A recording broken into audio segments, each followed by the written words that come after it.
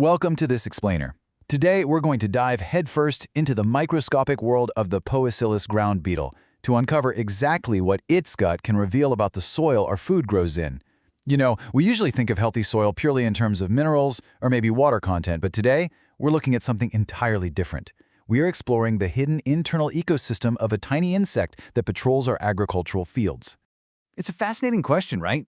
It perfectly bridges the gap between these tiny little insects scuttling through a tomato field and the massive global systems of human agriculture. Like, how exactly does the microscopic health of a single solitary insect reflect the broader health of our farmland?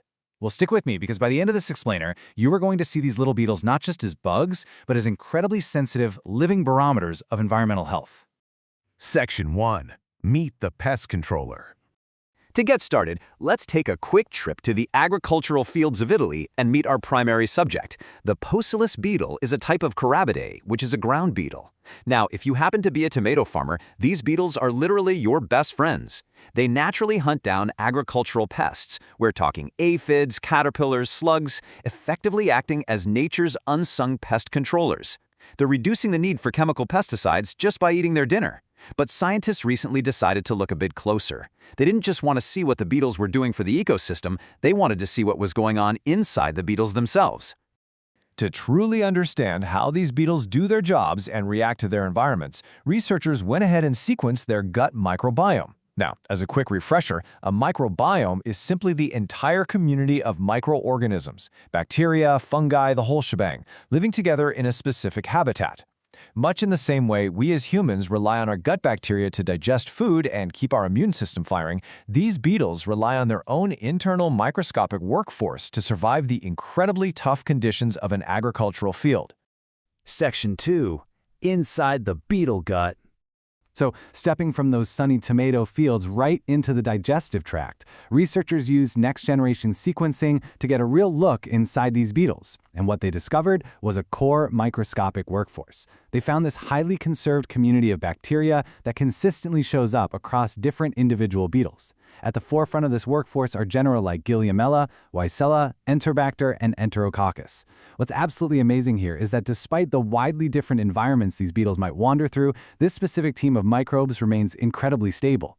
That strongly suggests they are absolutely vital for the beetles' day-to-day survival. Looking at the data actually reveals a pretty stark contrast. Those clustered red points represent this core workforce we just talked about, the dominant, highly prevalent microbes that are totally essential to the beetle. They stand out so clearly from the rarer background microbes, or taxa, scattered below them. Basically, those core microbes are the absolute heavy lifters of the beetle's gut. Section 3. The microscopic workforce. So, what exactly is this heavy-lifting microscopic workforce doing inside the beetle all day? Well, their predicted functional roles essentially act as a miniature factory. Think about the beetle's diet for a second. It's eating slugs and aphids. That is a highly carnivorous, incredibly protein-rich diet. So it makes perfect sense that their gut bacteria are highly specialized in protein degradation, really helping the beetle break down its prey. On top of that, this microbial factory helps with amino acid synthesis to build essential nutrients and monosaccharide metabolism to harvest energy. Basically, the beetle provides the food and the bacteria provide the metabolic tools to actually use it. But wait, the data also revealed a super exciting first. Researchers detected the presence of a microbe called Carnobacterium. Now, you might be wondering, why is this a big deal? Well, it's because Carnobacterium is typically known to exist in meat, fish, and composted soil. It has literally never before been recorded living inside a terrestrial insect host. It's entirely possible the beetle picked this up from compost-amended soils or maybe directly from the prey it eats, which adds a really fascinating new layer to what we know about insect biology. Section 4. Organic versus conventional farms.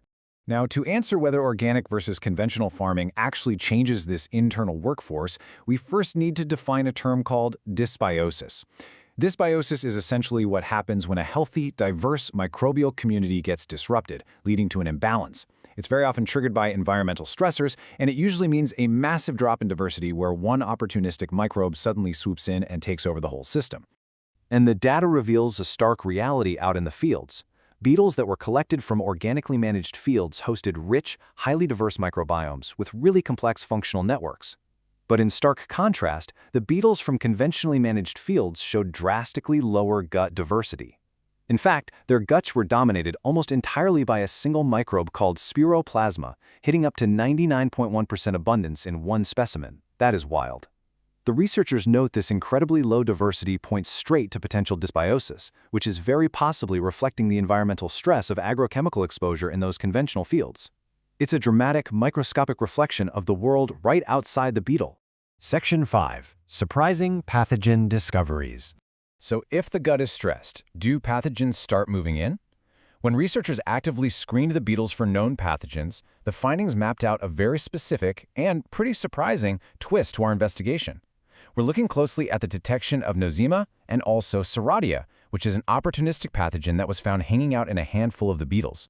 Astonishingly, researchers found the pathogen Nosema ceranae in every single specimen they tested, no exceptions. This actually marks the very first time this specific microsporidian has been detected in a carbid ground beetle. If the name Nosema ceranae sounds familiar to you, it's probably because it's a famous pathogen that causes severe disease in honeybees. Finding it uniformly spread across these ground beetles suggests these predators might actually be picking it up by scavenging on dead, infected bees that fall to the soil. It's an incredible ecological connection. Which brings us right back to that dominant microbe we mentioned earlier, spiroplasma. Its massive dominance in conventional farm beetles suggests a highly complex, really context-dependent role. See, in some insects, spiroplasma is a nasty pathogen, but in others, it's actually a helpful symbiont that protects them against disease. Interestingly enough, the specimen that was entirely dominated by spiroplasma completely lacked the ceranae pathogen.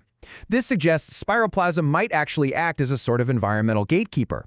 It signals severe environmental stress and dysbiosis, sure, yet it might also be competitively excluding other dangerous pathogens from the gut. It's basically a microscopic turf war going on in there. Section 6. The big picture. As the researchers ultimately noted, the Poecilus beetle emerges as a highly promising bioindicator for monitoring environmental change. The internal health of these tiny, unsung pest controllers perfectly mirrors the health of the soil ecosystem itself. If a farm's management practices are stressing the environment, well, that stress shows up right inside the beetle's gut in the form of dysbiosis.